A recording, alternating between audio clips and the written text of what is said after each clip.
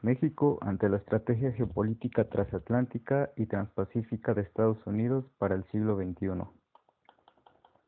El mundo es un lugar cada vez más pequeño, no precisamente por sus dimensiones físicas, sino más bien por el hecho de que las relaciones entre la sociedad internacional es cada vez más estrecha. Vivimos en una era en la que los actores de la agenda internacional, como son los estados, rigen su convivencia y relación entre sí por diferentes acuerdos, que más comúnmente conocemos como tratados, que por lo general son de índole comercial. Este proceso de integración económica mucho se ha debatido si es una consecuencia de la misma era de la globalización o es un simple paso evolutivo por el que la misma sociedad está por dar como consecuencia de la necesidad del hombre de relacionarse e integrarse para sobrevivir. De esta manera nos encontramos con conceptos claves que vale la pena repasar. La globalización, dentro de este concepto, nos encontramos con un sinfín de opiniones y definiciones, que en su mayoría son acertadas. Lo que es un hecho es que la globalización es un proceso que viene desde una tendencia ya histórica, es decir, esta integración la podemos ver desde las primeras civilizaciones. Este proceso histórico tiene un alcance universal y que alcanza todos los aspectos como lo económico, lo político, lo social, inclusive lo ético y lo ecológico, entre muchos más. Respecto a esta integración, existen distintas opiniones respecto a la capacidad de los actores para manipular este proceso globalizador. Básicamente existen dos tendencias o paradigmas. Uno es el estructuralista, que nos explica que los procesos sociales, teniendo en cuenta situaciones que están determinadas por relaciones entre factores universalmente presentes y en los cuales los sujetos y actores sociales no pueden hacer modificaciones, es decir, están expuestos a lo que ocurra a su alrededor.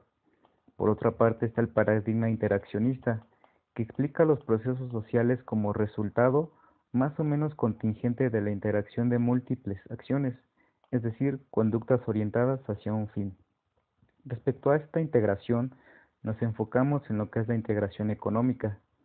La integración económica es el término usado para describir los distintos aspectos mediante los cuales las economías son integradas. También se conoce como el modelo por medio del cual los países pretenden beneficiarse mutuamente a través de la eliminación progresiva de barreras al comercio. Cuando la integración económica aumenta, las barreras al comercio entre mercados disminuyen. Así, la integración consiste en eliminar de manera progresiva las fronteras económicas entre países. Por su parte, el autor Martínez Peinado distingue respecto de la integración dos dialécticas: la nacional, que es contradictoria con la globalización y expresa fundamentalmente las estrategias de los estados para agruparse entre sí y competirse contra otros; la internacional, que no solo contradice la globalización, sino que es un paso necesario en la imposición de la mundialización, porque es la mayor estrategia de los capitales más fuertes para aprovechar al máximo el desarrollo desigual que imponen la expansión internacional del capitalismo y la progresiva debilidad del Estado nacional. En este proceso de integración nos encontramos con que existen diferentes etapas por las que, según varios autores, un Estado como actor internacional atraviesa o puede adoptar para llegar a lo que sería una integración plena. Estas etapas son: zona de libre comercio. Esta comprende la eliminación de barreras arancelarias y no arancelarias a las exportaciones e importaciones de bienes que son originarios de los Estados miembros del área, al tiempo que cada uno de ellos mantiene sus propios aranceles frente a terceros. Tal es el caso del TLC-CAN. La unión aduanera. En este modelo, los estados que conforman el área de libre comercio establecen un arancel externo frente a terceros estados. Esta requiere de mayores esfuerzos de negociación y acuerdo, ya que cada miembro puede ver modificada su estructura productiva en mayor o menor grado como consecuencia de decisiones comunes. Bajo este esquema permanecen las barreras que impiden la libre circulación de los factores de producción. El mercado común. Este supone la existencia de una unión aduanera, pero además requiere la liberalización de los factores productivos. Implica la liberalización efectiva de mercancías, personas, servicios y capitales, por lo que no existe obstáculos a la entrada y salida de personas que se desplacen con una finalidad económica, como empresarios y trabajadores. en ninguno de los estados que conformen dicha área. La unión aduanera, esta implica la existencia previa de un mercado común, pero además que haya armonización de las políticas económicas de los estados miembros. Esta incluye la unión monetaria o de las paridades de las monedas, lo que pueda dar paso a la existencia de una moneda única y una autoridad monetaria central, tal como sucede con la Unión Europea. Integración económica completa. Esta implicaría la aparición de una autoridad supranacional que adoptara las decisiones de política fiscal, monetaria y cambiaria. Sin embargo, en la dinámica, los mecanismos de integración se trascienden lo meramente económico y viene a jugar un papel preponderante lo político y la defensa, que en definitiva es la creación de estados supranacionales, de hecho o de derecho, donde los estados nacionales ceden parte de su soberanía al nuevo estado supranacional. De esta manera, dentro de los objetivos de la integración económica, tenemos los siguientes: preservar la paz y seguridad, poder suficiente para determinar los términos de intercambio, precios internacionales, ganar poder de negociación en los foros políticos internacionales y económicos, seguro contra eventos futuros como las guerras comerciales o la discriminación comercial, motivos puramente económicos como lo son aumentar el bienestar social a través de diferentes mecanismos económicos, economías de especialización, economías de escala, mejor y más rápido acceso a implementación de los avances tecnológicos y mejoras de calidad. Entre los costos y beneficios de la integración económica destacan los siguientes. Al eliminar las fronteras económicas y aumentar la competencia, aparecen continuamente ganadores y perdedores. En un espacio integrado, la transmisión del ciclo es más rápida y acentúa las crestas y valles de la actividad productiva. Conforme avanza el progreso integrador, las políticas económicas nacionales tropezarán con más restricciones porque se exigirá una mayor armonización de las mismas en el seno del bloque. Dado que el crecimiento tiende a polarizarse por acumulación de economías externas, la integración acentuará probablemente los desequilibrios regionales y las disparidades sociales, y lo hará aunque existan mecanismos de compensación. Finalmente, en los estados superiores de la integración habrá sesiones importantes de soberanía, lo que muy probablemente despertará a las reacciones nacionalistas y complicará el proceso. De esta manera, nos encontramos con los efectos de la integración económica. Uno de los principales efectos de la creación de bloques comerciales es la tendencia a la creación de comercio. Si bien las relaciones comerciales se han profundizado, el principal interés de los países al integrarse es ampliar sus cuotas de mercado.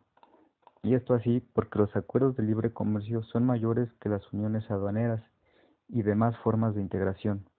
Se entiende entonces que la exclusión de productos específicos es notoria en cada uno de los procesos. La importancia de verificar si un acuerdo ha servido para ampliar las cuotas de mercado es necesaria, puesto a que los países les refiere un aumento en su producción nacional. A medida que se reducen los obstáculos, se supone que el comercio aumentará y la relación económica entre las partes se profundizará. Debido a que los acuerdos de comercio se realizan con base en partidas arancelarias, los efectos de la integración se deben estudiar al nivel de estas mismas. La integración económica tiene dos efectos: la creación y la desviación de comercio. La experiencia muestra que no en todos los casos se generan beneficios para los países firmantes, es decir, la desviación de comercio sucede cuando un país no miembro de la integración reemplaza las importaciones de los socios comerciales. En efecto, supone que estos países no miembros son más eficientes porque ofertarán esos productos a precios menos altos, desplazando las importaciones de países firmantes, generando una reducción en los beneficios de la integración económica. Ahora bien, los procesos de esta integración en la actualidad constan de una gran variedad de acuerdos de índole comercial que han marcado el rumbo de la vida económica de muchos estados. Existe una gran variedad y aunque la mayoría son importantes para sus estados firmantes, existen algunos que abarcan una región comercial tan importante que sus efectos e implicaciones tienen gran repercusión a un nivel mayor. Sobre este caso, el Acuerdo Transpacífico de Cooperación Económica, o más conocido como el TPP, Es un tratado de libre comercio entre varios países de la cuenca del Pacífico que aborda una variedad de materias de políticas públicas, que fue firmado el 4 de febrero de 2016 en Auckland, Nueva Zelanda. Entre otras cosas, el TPP busca rebajar las barreras comerciales, establecer un marco común de propiedad intelectual, reforzar los estándares de derecho del trabajo y derecho ambiental, y establecer un mecanismo de arbitraje de diferencias inversor-Estado. Otro acuerdo que involucra a la región transpacífica es el Acuerdo Estratégico Transpacífico de Asociación Económica. Es una propuesta de tratado de libre comercio entre la Unión Europea y Estados Unidos. Actualmente se encuentra en negociaciones. Sus defensores argumentan que el acuerdo sería beneficioso para el crecimiento económico de las naciones que lo integran, aumentaría sobremanera la libertad económica y fomentaría la creación del empleo. Sin embargo, sus críticas argumentan que éstas se producirían a costa del aumento del poder de las grandes empresas y las desregularizaría los mercados, rebajando los niveles de protección social y medioambiental de forma drástica. Así, se limitaría la capacidad de los gobiernos para legislar en beneficio de los ciudadanos, así como el poder de los trabajadores en favor de los empresarios. Sus mayores críticos también lo califican de una pesadilla para la democracia, pues el gobierno de Estados Unidos considera la asociación como un complemento a su acuerdo estratégico transpacífico de asociación económica.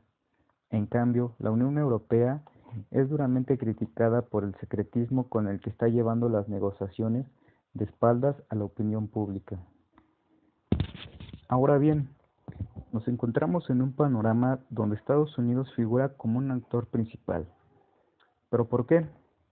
Como sabemos, durante su expansión de Estados Unidos como potencia hegemónica, tras eventos como la desintegración de la URSS o eventos anteriores como líder mundial financiero, tras haber establecido su moneda como el dólar como principal moneda dura y haber abolido el tipo de cambio bajo el patrón oro en los años 70, o como su surgimiento como potencia después de la Segunda Guerra Mundial, con el apoyo de organizaciones como el Fondo Monetario Internacional y el Banco Mundial, que operaban de igual manera de cierta forma con el apoyo e influencia de esta gran nación. Tras la liberalización de los mercados y los movimientos de la globalización, ya más establecida formalmente en los años 90, comienzan a aparecer las economías emergentes, que dan paso a un mundo multilateral, poniendo en riesgo la supremacía de los Estados Unidos como potencia hegemónica. Es precisamente en esta era cuando comenzamos a notar un crecimiento en el número de acuerdos entre estados que dan paso a las regiones comerciales, que son estrategias del mismo libre mercado, pero independientemente de los intereses económicos que ya se mencionaron en la integración económica, diversos intereses de política exterior, más geopolíticos que económicos, están detrás de estas iniciativas.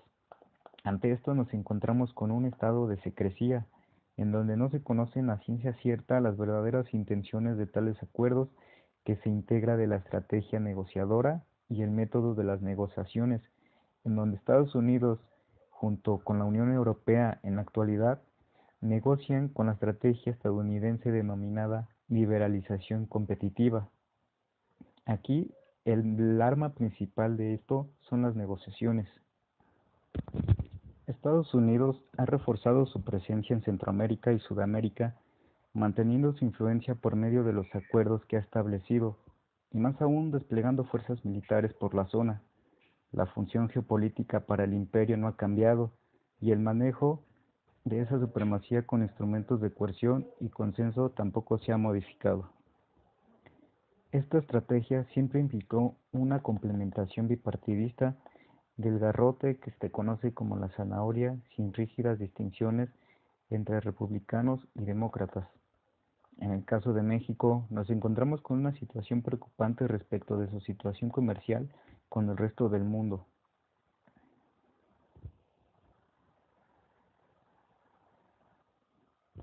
México es uno de los estados que cuenta con una gran variedad de acuerdos comerciales.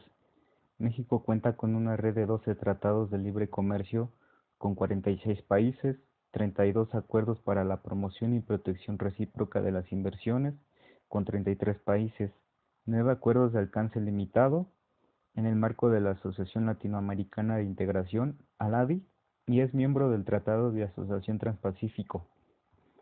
La razón de México para incursionar en acuerdos como el TPP son sus promesas de triunfo comercial y prosperidad en la zona de Asia-Pacífico.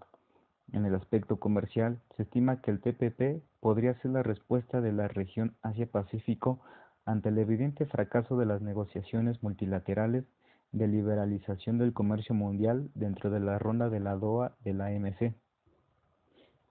La lógica geopolítica de la inserción de México en el TPP. La participación de México en dicho acuerdo tiene actualmente el objetivo principal de permitir al país pertenecer a un mecanismo de asociación regional que ayuda al crecimiento económico y a la prosperidad de la nación. Aquí el contexto internacional y el reconocimiento de importantes ajustes en el sistema internacional y los nuevos retos a escala global, incluyendo, entre otros, la gravitación del dinamismo económico mundial en la región Asia-Pacífico, la crisis en las negociaciones multilaterales de la OMC y la vulnerabilidad de muchas economías ante posibles crisis financieras o crediticias, han obligado a México a explorar nuevos modelos de integración económica regional. Dos premisas son básicas para entender la inserción de México en el proceso de negociación del TTP y su futura adhesión. En primer lugar, la apuesta ante las supuestas ventajas del libre comercio y el reconocimiento de que el proteccionismo comercial daña la economía mexicana en los intercambios con el exterior. En segundo lugar, que México necesita ahora más que antes de una mayor protección internacional, tanto a nivel económico, en el intercambio de bienes y capitales, considerando sus ventajas geográficas, como en el político y multilateral, aprovechando el prestigio de su diplomacia en negociaciones internacionales. A partir de uno de los principales objetivos del gobierno, ha decidido implementar la estrategia general de impulsar y profundizar la política de apertura comercial para incentivar la participación del país en la economía global y la integración regional mediante acuerdos económicos estratégicos. Desde el punto de vista geopolítico, la ubicación en la región Asia-Pacífico de todos sus miembros y un comercio principalmente marítimo entre estados con proximidad geográfica le imprime al TTP una ventaja por encima de la que actualmente goza México individualmente con cada uno de los socios comerciales con los que mantiene acuerdos de libre comercio en la cuenca del Pacífico, exceptuando obviamente a Estados Unidos y Canadá. Para México hay importantes razones para justificar su participación en el tan mencionado TPP.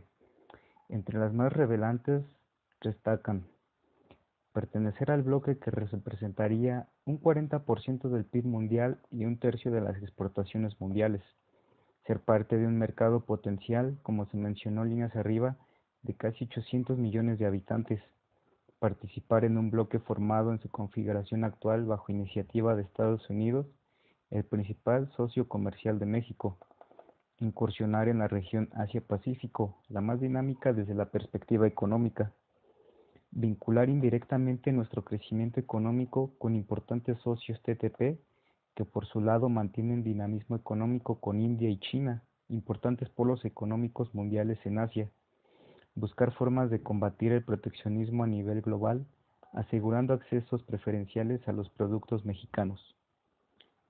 Más aún, desde una perspectiva geopolítica, la cercanía de México a Estados Unidos, todavía el principal mercado mundial, ofrece ventajas de acceso directo terrestre desde nuestro país y una posición privilegiada en las rutas marítimas comerciales del continente americano, tanto para los socios del TTP del hemisferio norte, Estados Unidos y Canadá, hasta los del hemisferio sur, Perú y Chile. Desafortunadamente, el TPP parece ser realmente el principal instrumento de Estados Unidos para impulsar su propia estrategia de crecimiento económico en la región. La entrada de Washington durante la administración Bush y la confirmación de la administración Obama de participar o liderar en el proceso de negociación es uno de los pilares de la estrategia de rebalancing de Estados Unidos hacia esta región del planeta, y es el aspecto comercial de la proyección de esta superpotencia en Asia-Pacífico en el nuevo siglo. Y dentro de esta lógica, la exclusión de China de este pacto no solo es a todas luces intencional, sino que ya abiertamente parece ser también un instrumento para presionar a China en diversos temas. De esta manera, nos encontramos con un dominio transatlántico por parte de potencias como Estados Unidos, si no es que la principal y única. Dentro de las características del orden mundial de dominio transatlántico, encontramos las siguientes. Adoptar un plan para crear un espacio común de seguridad, libertad y justicia. Crear un mercado transatlántico libre de barreras cuando se adopten los compromisos de ese mercado. Invitar a otros países a unirse.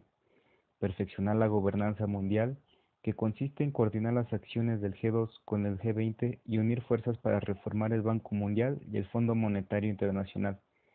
Promover la seguridad energética y tecnologías verdes, así como crear estrategias de seguridad, la proliferación de armas nucleares y ayuda a países en desarrollo.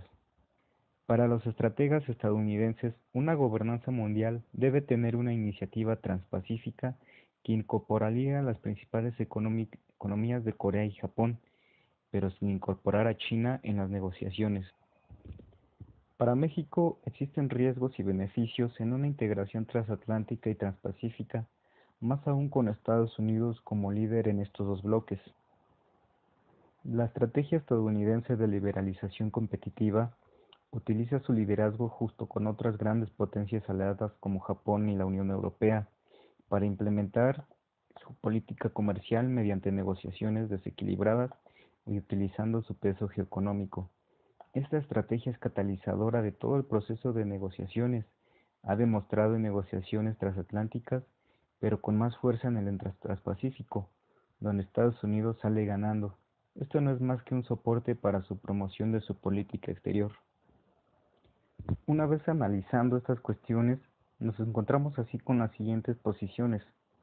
Nos encontramos primeramente en un mundo donde comercialmente y por ende económicamente a nivel de estados, para sobrevivir, se debe adoptar la integración mediante acuerdos comerciales.